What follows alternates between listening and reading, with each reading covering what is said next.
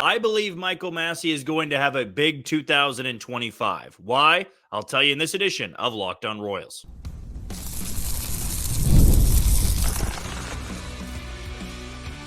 You are Locked On Royals, your daily Kansas City Royals podcast. Part of the Locked On Podcast Network, your team every day. Thank you for tuning in to another edition of Locked On Royals in the Locked On Podcast Network. As always, I'm your host, Jack Johnson, and you can find me on Twitter or X at JohnnyJ_15. That's at JOHNYJ_15. You also can catch us on wherever you get your podcasts. That can be Spotify, Apple Podcast, Amazon Music, Google Podcast. We're on Odyssey and YouTube. Just be sure to hit that follow button and subscribe. If you're a first-time listener and you want to know a little bit more about me and this show, I am based here in Kansas City. I work at Sports Radio 810 WHB, doing some hosting, some co-hosting, and a little bit of producing as well. But when it comes to this podcast, when you click on this link, you know that you're going to be getting 30 straight minutes of Royals baseball. Today's show is brought to you by FanDuel. You can start the season with a big return on FanDuel. New customers can place a $5 bet, and you'll get started with $150 in bonus bets if you win your first $5 bet. Visit FanDuel.com to get started today. Well, I had put this out on X earlier this afternoon, mainly because during the offseason, I still want to make sure I'm putting out some form of content, more than just these podcast episodes. And so every single day, I try to find a little stat here and there, whether it be a Royal or it be a free agent they could look into or a trade piece, and see if I can't find some value in it, see if I can't find a talking point from it. And, you know, the closer we get to winter meetings and stuff, we'll definitely have more interviews sprinkled in here. But for the least, while baseball season's still going on, of course, the World Series still in Game 3 as of tonight, I want to make sure that I'm getting the last little bit of 2024 before we look completely into 2025. Because really, once the season ends, from time to time, we're going to do our grades for players and look back at 2024. But the closer we get to winter meetings, it's going to be a complete look ahead to 2025 because you already turned the calendar. You're looking ahead to what this team could be next year and what players could be the most valuable on that team. And one guy that I think really can be not just a good piece for this team, but really a valuable piece for the next couple of years is Michael Massey. I think Michael Massey, coming out of spring training, was one of the biggest disappointments for this team because he was battling that back injury, and then the Royals had to pivot and go with Adam Frazier at second base for a while, but they continued to win baseball games. Really, in the first month of the season, they did something that they weren't really accustomed to, which was winning and getting out to a hot start in the first month of the year. But once Michael Massey joined that lineup, I really thought the Royals were even more successful. He brought that defense to second base. He brought that pop from the second base position. But it really wasn't until the last part of the season, September and October, that I think Michael Massey won over a lot of the fan base because Bobby Witt Jr. had already done that. Salvy had already done that. Reagans, Lugo, Waka, those guys had done it. Vinny, for the most part, had done it. But the Royals fan base was still looking for another guy that, you really could trust when they came up to the plate.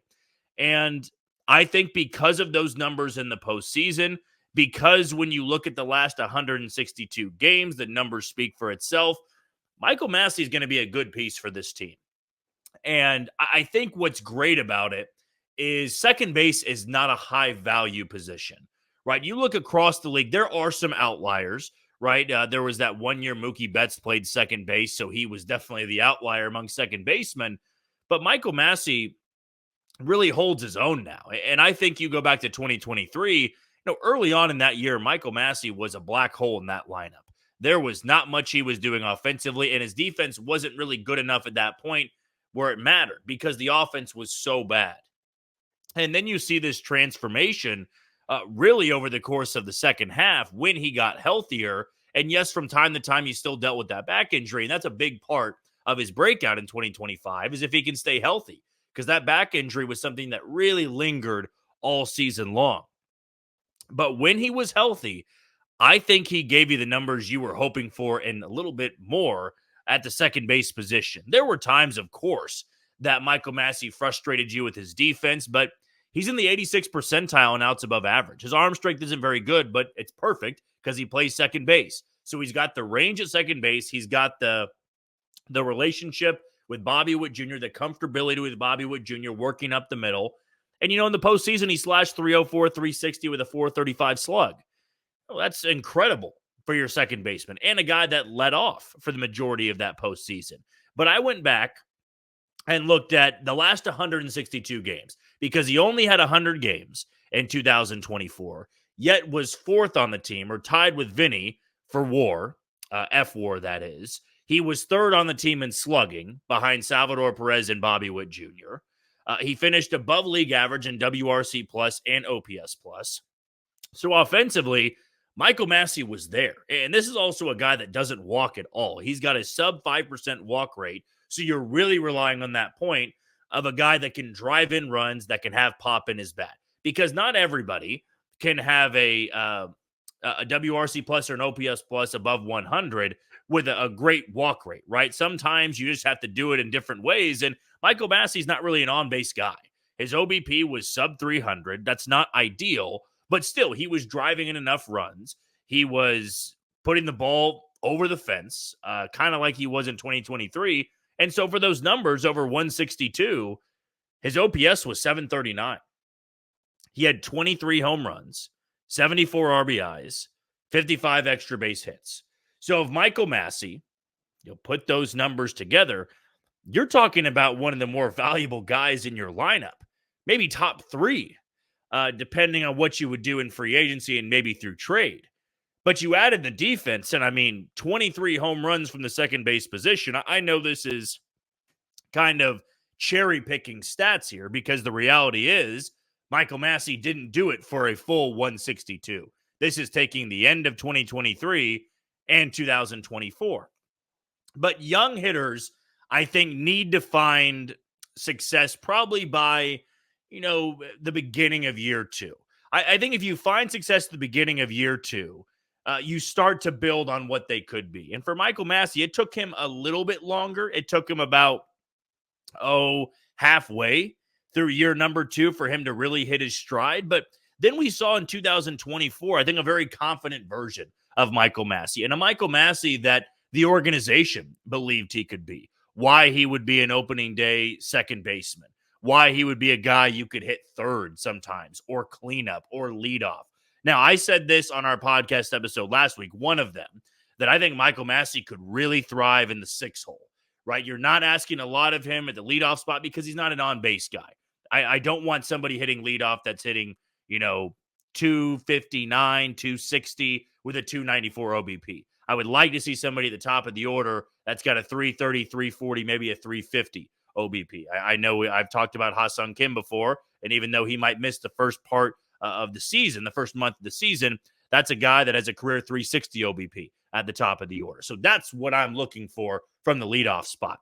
I don't want him in the 2 or the 3 hole because I'd rather have Bobby Witt Jr. and Vinny Pasquantino here. I don't want him in the 5 hole because I just want even more pop, more of a run producer than what Michael Massey would be giving you. But again, you look at that 162, and let's say realistically you're hoping 145 for Michael Massey. Could he give you 20 home runs? Could he give you 18 to 20 home runs, anywhere from 65 to 70 RBIs? I think it's absolutely doable. And he is a guy that carried over that power surge in 2023 to 2024. And for a second baseman, I think that's incredibly valuable because he already had the defense. And I think some teams will just take the defense at second base and say, hey, if you're a elite defender at second base, you can be a light hitting second baseman because we find your value there. But I think Michael Massey is a little bit of that combination of both. He's got good defense up the middle, and he's having a bat that's slowly starting to come around. Michael Massey was one of, if not the best hitter for the Royals in the postseason. He had the moment of the postseason with his game-tying triple against the Yankees in Game 3. Those are things you can build off of. And for a young hitter, he's still young.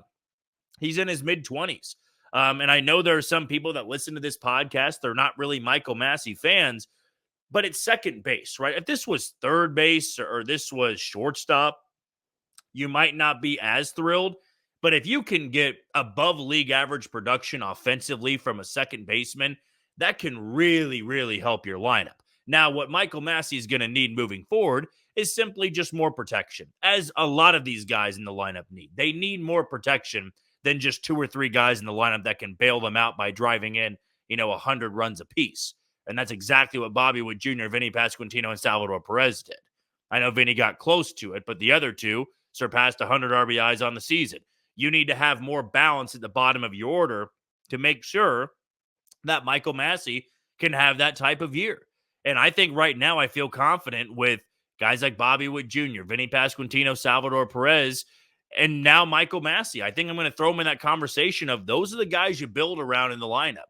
You're going to need more help in the outfield. You're going to need some help at third base, right? You're going to need to get a little bit better at certain spots, and we've talked about that, and we're going to continue to talk about that. But Michael Massey, to me, I've said it before, I'll say it again. I think he's the breakout candidate if he stays healthy in 2025. I really think he could be that second baseman that gives you anywhere from a 3 to a 4 WAR season, which would be tremendous to pair up the middle with a guy that can give you a 10 WAR season like Bobby Witt Jr. So I loved what I saw at the very tail end of 2024, and I expect big things from Michael Massey in 2025.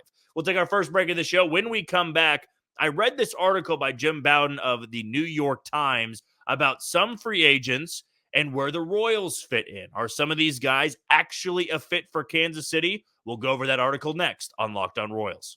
You are tuned into Locked On Royals and the Locked On Podcast Network. I'm your host, Jack Johnson, and you can find me on Twitter or X at JohnnyJ_15. Want to give a shout out to our first sponsor in PrizePicks. You can now win up to 100 times your money on PrizePicks with as little as 4 correct picks. PrizePicks is the best place to get real money sports action. So join over 10 million users and sign up today. If you sign up today and get $50 instantly when you play $5, you don't even need to win to receive the $50 bonus. It is guaranteed. PrizePicks is the best way to win real money this football season as well. Which players are going off, which ones aren't. Make your picks in as little as 60 seconds and turn your sports opinions into real money all season long over at PrizePicks. So here's what you need to do. Download the app today and use code LOCKEDONMLB to get $50 instantly after you play your first $5 lineup. That's Locked On MLB, LOCKEDON to get $50 instantly after you play your first $5 lineup over at PrizePicks. A part of why I love the offseason is you get a lot of different articles about free agent predictions and rumors and where guys might go. I love the month of December for a variety of reasons. I love cold weather. I love snowboarding. I love college basketball. I love that we're getting close to the NFL postseason. I love the holidays, right? But I also love the winter meetings. And getting closer to that makes me giddy because I also expect the Royals to be a team that are going to spend, again, come winter meetings. And maybe make a couple of trades to bolster their major league roster. But one of the first articles I had a chance to read, going into the offseason, because we're still not technically there yet. The Dodgers and Yankees are wrapping up Game 3 of the World Series. Dodgers pretty much in command of this one. So despite all the craziness of the postseason, we may get a very lackluster postseason after Game 1, which was thrilling, by the way. The walk-off grand slam, the call by Joe Davis, everything about it was awesome. But in terms of a competitive level, I mean, we've got 2 thrilling games in LA, but the Dodgers took both of them. And now it appears the Dodgers, at least as I'm speaking right now, if you're rooting for the Dodgers, I'll knock on wood for you. If you're a Yankees fan, you wanted me to jinx the Dodgers, I guess I kind of just did right there. But right now, at least in this game, they're in control and have a chance to go up 3-0. But that's not really the point of this. The point of this is that Jim Bowden had an article, and I said it was on the New York Times. I read it on the New York Times. He writes for The Athletic, so that's how I was able to see this piece of work. And there were 45 free agents listed in this article. And it kind of was the same way that Bowden did his article. I believe I quote tweeted it back then around the trade deadline of all the trade candidates and the best fits. And there were guys that the Royals were fits for, but they didn't end up going to Kansas City. Like the Hunter Harvey, I don't believe was listed in that article, or maybe wasn't listed with the Royals.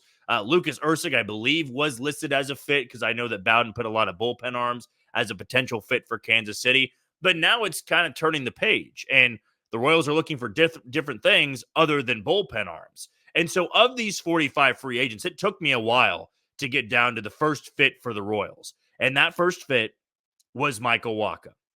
Michael Wacha was penciled in as the number one fit for Kansas City. And as I've said in a couple of our podcast episodes, I would be pretty surprised if Michael Wacha pitches elsewhere next season. And furthermore, Jim Bowden put the contract prediction, expecting Wacha to decline the option and then hit free agency. He's got him at 3 years, $54 million, which is an average of $18 million a year. That to me seems very doable for Michael Wacha, considering it's a slight increase in what he was going to get with the option, which is around $16 million, I believe. And he gets to have a little bit more security, right? He doesn't have to play under a 1-year deal. He gets to play on a multiple-year deal, a deal that was kind of comparable to Seth Lugo's last year, which came in at around $15 million, if I'm not mistaken. So Michael Wacha, seen as the best fit, as I said, and as it kind of felt like Bowden was hinting at in this article, Michael Wacha is probably going to decline that option and then re-sign with Kansas City. Again, things can always change. Maybe you have an uber aggressive team that comes in and just completely highballs Michael Wacha, gives him 20 to 22 million, where the Royals aren't willing to go above 19 million. That's always a possibility in free agency if you have a team desperate enough. But there's also other guys that were listed in this article, and kind of the Royals were put at a distance for a lot of these fits. Like, there were 4 teams listed, and they were usually team number 4. And those other players were Teoscar Hernandez of the Dodgers, Tanner Scott, who was traded from the Marlins to the Padres, and there was interest from the Royals, but of course, his asking price was incredibly high, and his expected deal is something that I believe the Royals would have no interest in giving him. Jeff Hoffman of the Phillies, another back-end bullpen arm, and then Clay Holmes of the New York Yankees, who, despite his struggles in the closer's role a little bit this year, still was a very good setup guy for the Yankees in the postseason. So those are the guys that Jim Bowden at least thinks fit with the Royals. And I was surprised to see that no other bat than Teoscar Hernandez was seen as a fit. Like, Tyler O'Neill was just a fit for Boston in this article. And that surprised me a little bit, because I don't believe that the Red Sox are the only fit for Tyler O'Neill. And I know that, everybody's got they're entitled to their own opinion on Jim Bowden and what they actually believe is right and wrong. And if he actually has any inside sources at some of these guys and where they may go. But, with the fits, I took it as more of the Royals could use this guy, not so much of it makes a lot of sense, because there is a difference in a fit and a prediction, right? Teoscar Hernandez certainly helps the Royals lineup. There's no way around it. He would be a fantastic upgrade for the meat of their order. Is he a realistic option? I would say no. I think he's going to be very expensive, and I think he would re-sign with the Los Angeles Dodgers, or if somebody really broke their back financially, they could go and give Teoscar Hernandez that type of deal. But I would be pretty surprised if the Royals are a finalist for Teoscar Hernandez, just because of I think that his interest would be staying with LA or getting a big time deal. And I'm not sure the Royals are going to spend all their money in free agency on Teoscar Hernandez. Then you get to somebody like Tanner Scott. I would be floored if the Royals went out there and got Tanner Scott when they have Lucas Erceg as a back-end guy, as their closer. Tanner Scott's going to sign somewhere where he can be the closer. And if you're the Royals, why would you not just be okay with Lucas Erceg being the closer? Tanner Scott would make this bullpen a lot better, but Tanner Scott might be the most expensive reliever out there. And, the Royals right now have a pretty full bullpen. They can always upgrade it. And I expect them to maybe make a couple of moves to upgrade that bullpen, or at least bring competition. But Tanner Scott's way too expensive. I don't see a world in which the Royals get any sort of contract ready for Tanner Scott. I don't think there would be too much of a negotiation there, because, again, I think he's going to be the most expensive free agent bullpen arm out there. Things could always change. I just don't think they're going to. And the last two guys, Jeff Hoffman and Clay Holmes, feel like good options. I think they would really make things easy in the back end of the bullpen and turning it over to a Clay Holmes and Lucas Erceg, or a Jeff Hoffman and a Lucas Erceg. But here's the only way I see that happening. If Chris Bubic is going to move to the rotation. If Chris Bubic does not move to the rotation, I don't see a world in which they go out there and spend a good amount of money on a setup guy, because Lucas Erceg is going to be this team's closer. That's the reality, in my opinion. Jeff Hoffman would be a great piece for the back end of that bullpen, and he pretty much was Philadelphia's setup guy this year, and he does have closing experience. He had 10 saves in 2024, and he was also an all-star in 2024, so not really that cheap. Clay Holmes, exact same thing. He was an all-star in 2024. But those are two guys I'd imagine that want to go out there and get a nice deal and maybe close out games. I mean, there's going to be a desperate team, maybe a bad team, to give a 2 or 3 year deal to Hoffman or to Clay Holmes to come and close games for them, because teams always overpay for a closer. And for the Royals, I don't think they need to. I don't think they need to go out there and spend a lot of money on their bullpen. You saw this year with the moves they made, some of their best arms and guys that showed up in the postseason were making next to nothing. I don't think you need to really go out there and spend a lot of money on the bullpen. I'd rather get some cheap 1 year deal or minor league deal things done with the bullpen guys, just to bring some competition to spring training. But as for some of those fits, the only one I can wrap my mind around and actually think is realistic is Michael Wacha, because, again, I do expect him to re-sign with Kansas City, and that's a contract prediction that I could absolutely see happening, anywhere from a 2 to 3 year deal, and probably anywhere from 17 to 19 million for Michael Wacha. But again, still a ways to go before those negotiations really start happening. Okay, we're going to take our final break of the show. When we come back, Salvador Perez got another award and was commemorated, was celebrated before Game 3 of the World Series in New York. What do we think about that award of Salvador Perez being the first Royal to win the Roberto Clemente Award? We'll talk about it next on Locked On Royals. You are tuned into Locked On Royals and the Locked On Podcast Network. I'm your host, Jack Johnson, and you can find me on Twitter or X at JohnnyJ_15. Our last sponsor we want to give a shout out to is FanDuel. Get ready to tackle the NFL action with FanDuel, America's #1 sportsbook.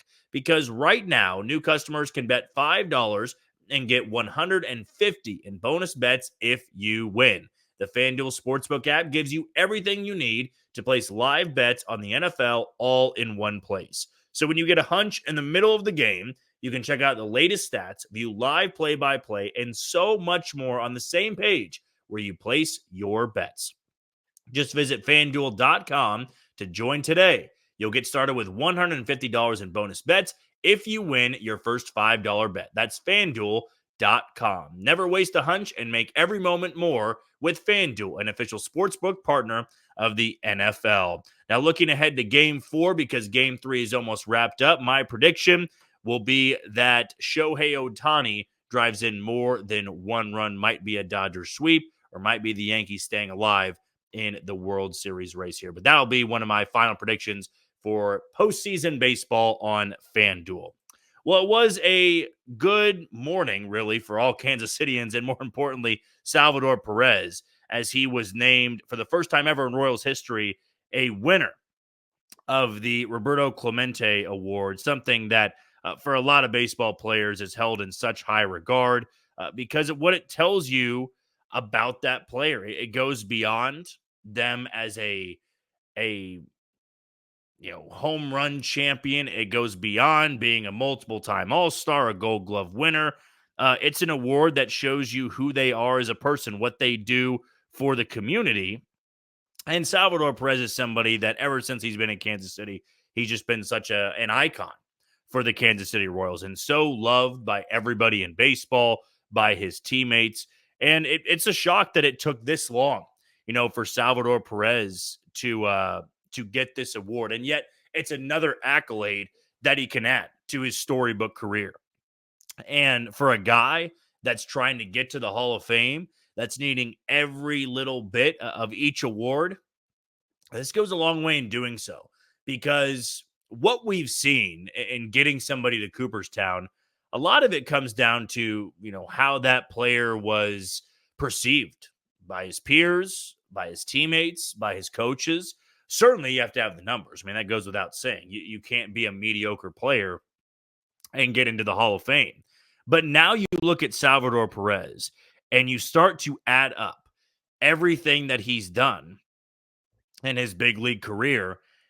If he's held out of Cooperstown, it's not going to be for his likability, right? I think his likability is off the charts. And before analytics was really a key thing in baseball, looking at WAR, looking at pitch framing, all these sabermetrics, Salvador Perez was absolutely seen as one of, if not the best catcher in baseball. Certainly top five. I mean, he got his name out there by 2013. He was a huge catcher physically, and was great behind the plate. And he was always smiling, and he meshed well with teammates, meshed well with coaches, and he's been with one team his entire career. But, some of the numbers, the maybe the more analytical fans are going to point to is, going to keep him out. But if you just look at some of the accolades, he's a 9-time All-Star. He's a World Series champion. He's a World Series MVP. He's a 5-time Gold Glover. And now he's a winner of the Roberto Clemente Award. He is 27 home runs away from 300. He's coming off nearly a career year in 2024 where he played in 158 games. At the age of 34, he's able to do that. He did go through some, injury stuff back in 2019 and 2020. He had a blurriness in his vision, but he's responded so well. And I've been asked this so many times in a Mailbag Friday about Salvador Perez of, does he get into the Hall of Fame? Does he get into Cooperstown? And there are national writers out there. There are former players that say, yes, he should be in there. I get that if he's held out, why he would be held out. I think you would be a little naive if you didn't understand why he would be held out of Cooperstown, just because it's an elite group to be in.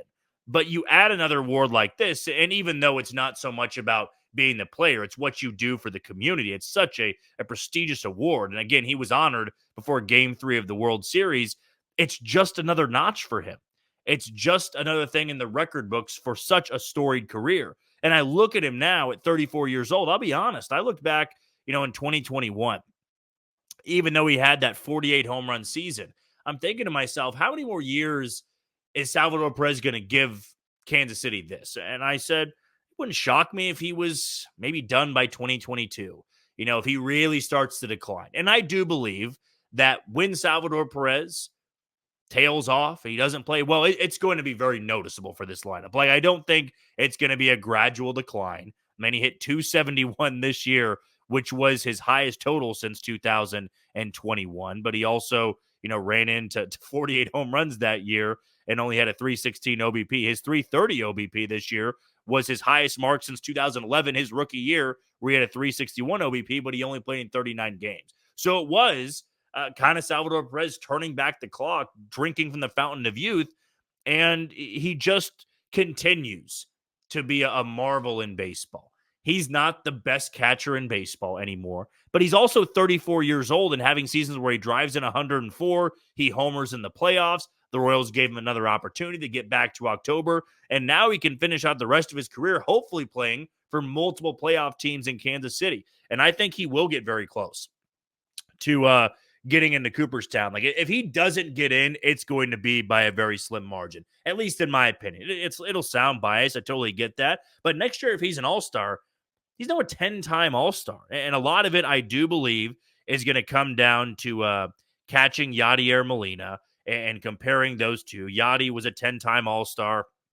He was a 9-time Gold Glover. Salvy's not going to catch him in Gold Gloves, but he'll probably surpass him in all-star nominations. And Yadi had a career WAR of 42.1. Salvy's about 7 behind that right now. And you get close to Yadier Molina. I think you put those guys in the same conversation, and you can evaluate them differently because Salvy was far more known for his power at the plate than Yadier Molina was. But Yadi was elite defensively behind the plate, where Salvy kind of tailed off toward the end of his career. But Yadi played till he was 39. You factor in 5 more years for Salvador Perez. If he stays healthy, he's going to have a chance. He absolutely will have a chance. But congratulations to him. Such a cool award to be given, and the first Royal to get one in the Roberto Clemente Award. It was cool to see him at Yankee Stadium being, nominated for that, or not nominated, given the award, where he was there in front of a sold-out Yankee Stadium.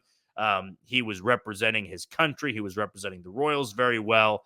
And it was great to see. And, of course, he had that big smile on his face. So kudos to Salvador Perez, just another award that he can add to his record books. Well, that's going to do it for another edition of Locked On Royals and the Locked On Podcast Network. I've been your host, Jack Johnson.